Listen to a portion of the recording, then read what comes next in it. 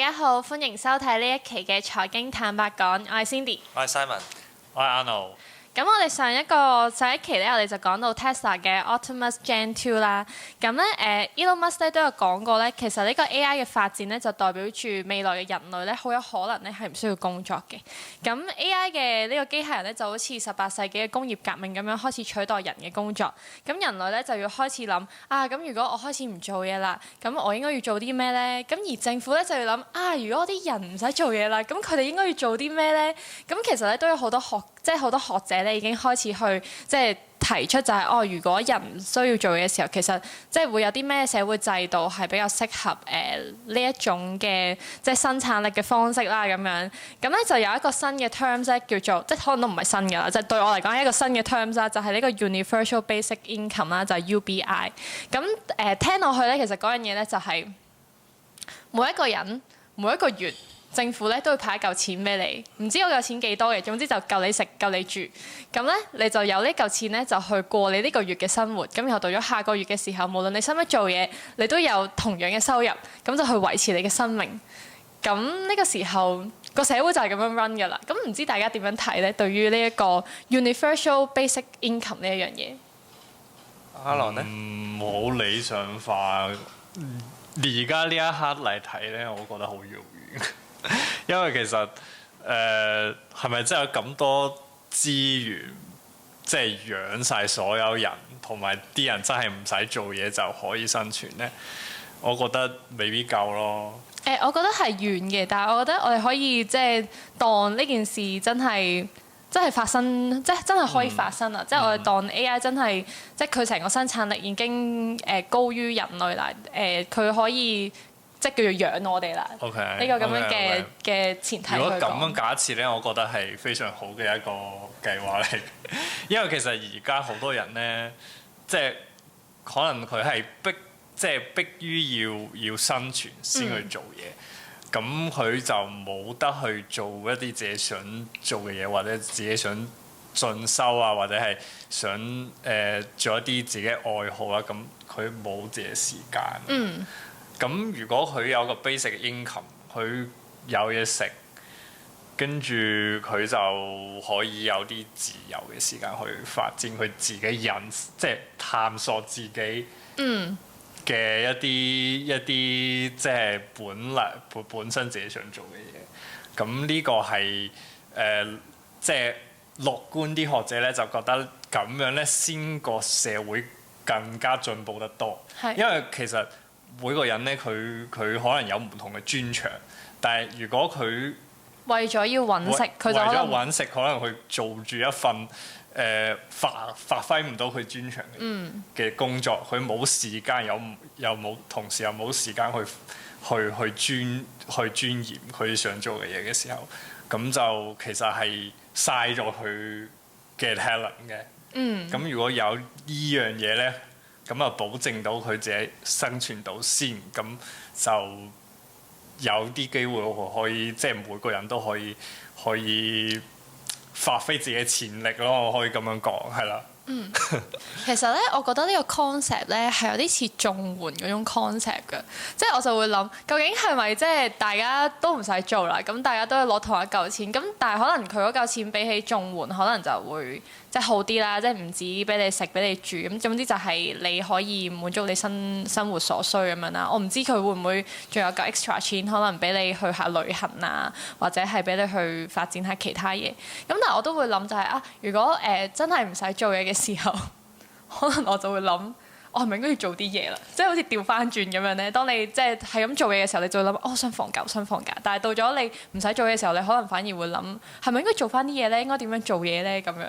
你聽到唔使做咧，都好開心喎，好樂觀啊！呢個首先啊，UBI 其實唔會係一個突然之間出現嘅嘢，一定係一個過程嚟嘅。即係話你失業都唔會突然間 AI 一覺瞓醒，哇 AI 取代晒，跟住就一大部分人失業，一定係逐步嘅。譬如可能而家自動駕駛行先，咁一紮司機失咗業，跟住佢哋可能係被逼 push 去第二度轉型，跟住慢慢啲工作都已經慢慢可能俾啲人形 AI 或者係啲 AI 其他取代咗嘅時候，咁啊其實啲人轉型都冇意思啦，咁所以就會慢慢去有一個 UBI 即係慢慢一個 UBI 就會適應嘅人口啊，已經太即係可能領綜援嘅人口太多，不如就索性個個都派啦，係啊，有啲人都未必可以去攞嘅，即係因為呢啲即係你叫李嘉誠去登記位 UBI 去攞錢咁，佢可能都費鬼事理你嘅，係啊，直情連攞都唔攞。咁呢啲唔緊要嘅，但係嗰個係純粹一個過程咯。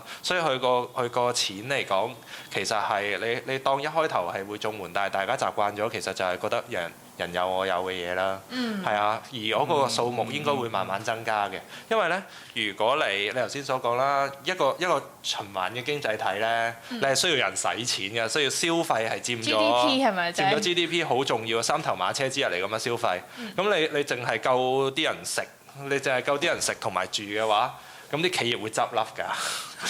淨係留翻啲大家樂。係啊，啲企業會執笠㗎。如果佢真係唔做嘢，係啊，唔 work 㗎。全部人係以一個低收入咁，全部人都窮咯。係啊，咁因為嗰個唔係共產嘅世界，嗰個係即係話點樣去換咗一種經濟模式，因為已經唔需要我哋個生產力唔係嚟自人啦。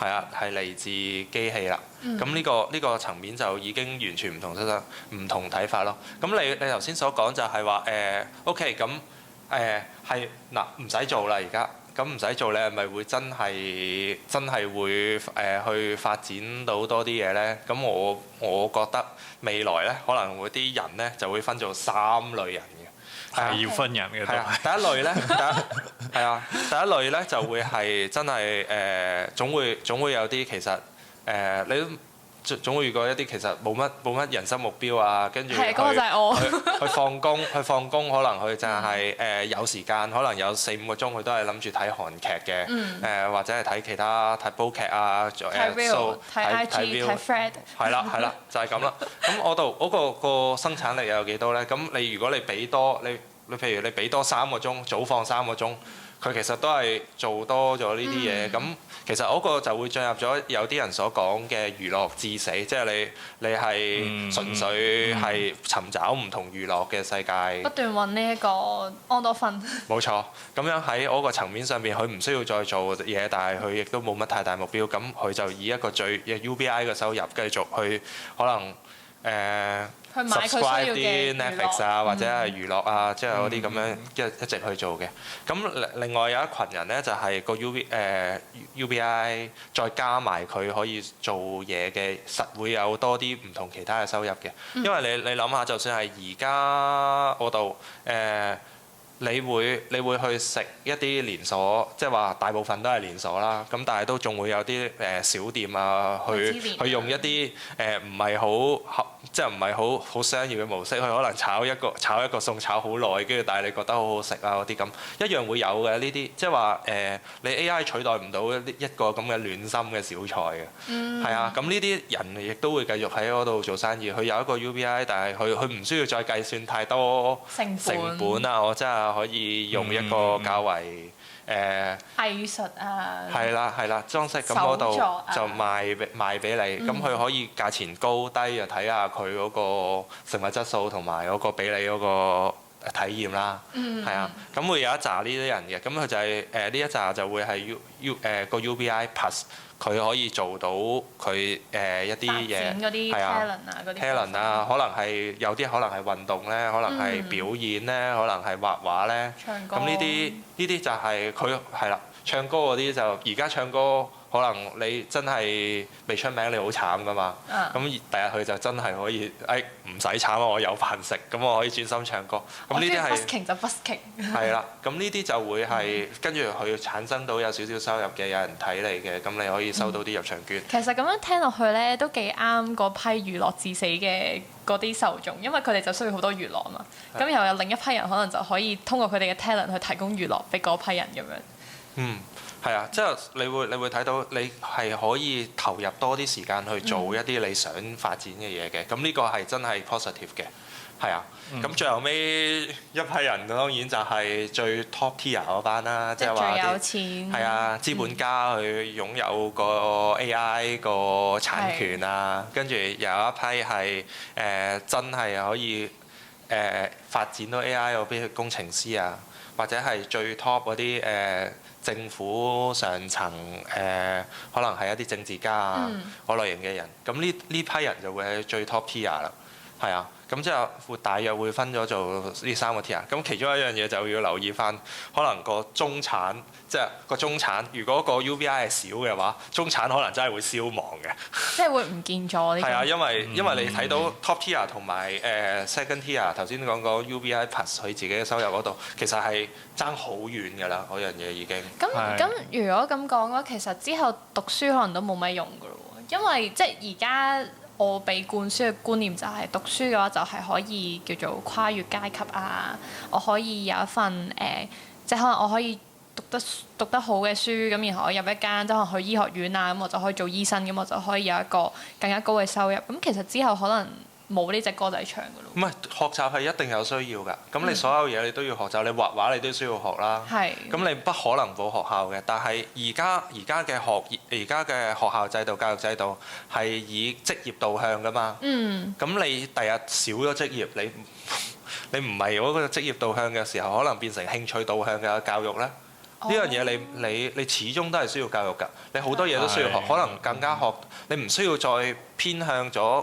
更集中喺職業導向嘅時候，你可能學嘅嘢更加多嘅喎。你可能真係你可能可以 push 多啲時間去做理財教育啊，去做啲情緒教育啊、心理啊嗰啲咁樣嘢，可以更加 focus 喎。呢樣嘢唔係未必係真係一件壞事。但係教育唔會冇咗咯，唔會冇咗，但係會少咗職業化嘅教育咯。係啊，你唔需要再係啊。我聽落去都幾好啊！繼續上啦，我覺得。positive 諗係咁嘅，係啊，但係你唔係做娛樂至死嗰班人，咁你咪可以，你係可以咯。所以我哋幾時先會見到咁樣嘅場景呢？50年、30年。我覺得可能都要等到哆啦 A 夢嗰陣㗎啦，最少。呢個唔係啊，呢個係完全係根據翻即係話個機械人嗰個發展咯。嗰個機械人發展，你其實好多科技都已經有喺度嘅，咁你係做唔做到嘅啫？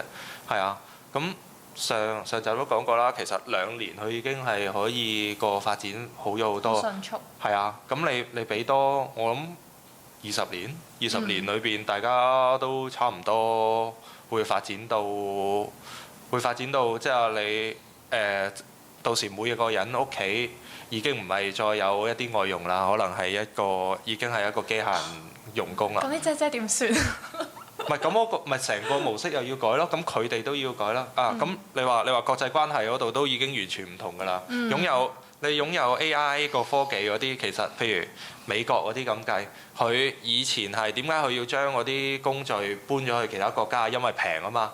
而家佢咪搬翻嚟美國咯，佢就有條件啦。係啊，佢有條件去開始翻去工業出產啦。係啊，咁擁有資源嘅國家其實係會非常之即係係啊，係香㗎，因為你個人力已經唔係你個重點啦，咁咪去咗資源咯，跟住同埋個技術上邊咯，咁去邊個技術嗰度，即係話你就算係即係如果簡單咁講啦，就算非洲第日有真係40億人喺非洲住啦，咁但係如果當人力已經唔係即係人口紅利嗰個產生嗰樣嘢嘅時候，你個人就要平過 AI 喎。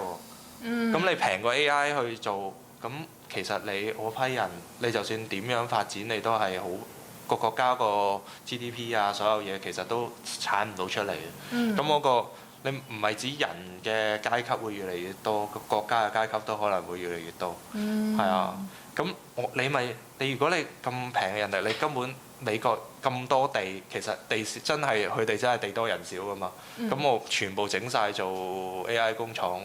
我根本就唔需要去其他地方生產。咁睇嚟，我哋未來嗰20年其實都係一個發展嘅關鍵。最近都有睇啲書咧，係關於可能即係可能2030年，即係一啲未來學嘅啲書啦。咁可能都會講，其實即係到咗30年嘅時候，人類工作慢慢被 AI 取代。咁其實人類應該需要具備啲咩工作嘅能力咧？其中一個都幾得意嘅，佢咧就係講話最緊要咧係有發現問題嘅能力，因為咧。AI 可能唔係一個發現問題嘅即係叫做好工具啦，但係佢係一個解決問題嘅好工具，所以咧之後可能好多時候就係人類去發現問題，然後俾 AI 去解決。唔知大家點樣睇 AI 將會取代人類工作呢個時代嘅嚟臨啦？如果你有任何嘅諗法咧，都可以 comment 俾我哋嘅。我哋呢期嘅節目就到呢度，拜拜。拜拜。拜。